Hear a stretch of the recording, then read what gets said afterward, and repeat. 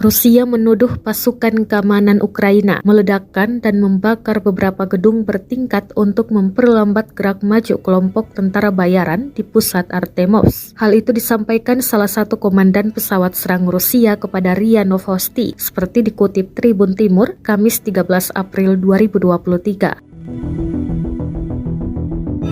Pasukan Ukraina menggunakan taktik ini. Gedung bertingkat 9 lantai salah satu targetnya, kata komandan pesawat serang. Dia menambahkan unit mendapat tugas menyerbu gedung bekas pabrik dengan tembok kokoh. Militer Ukraina juga meledakkannya saat mundur pada malam hari.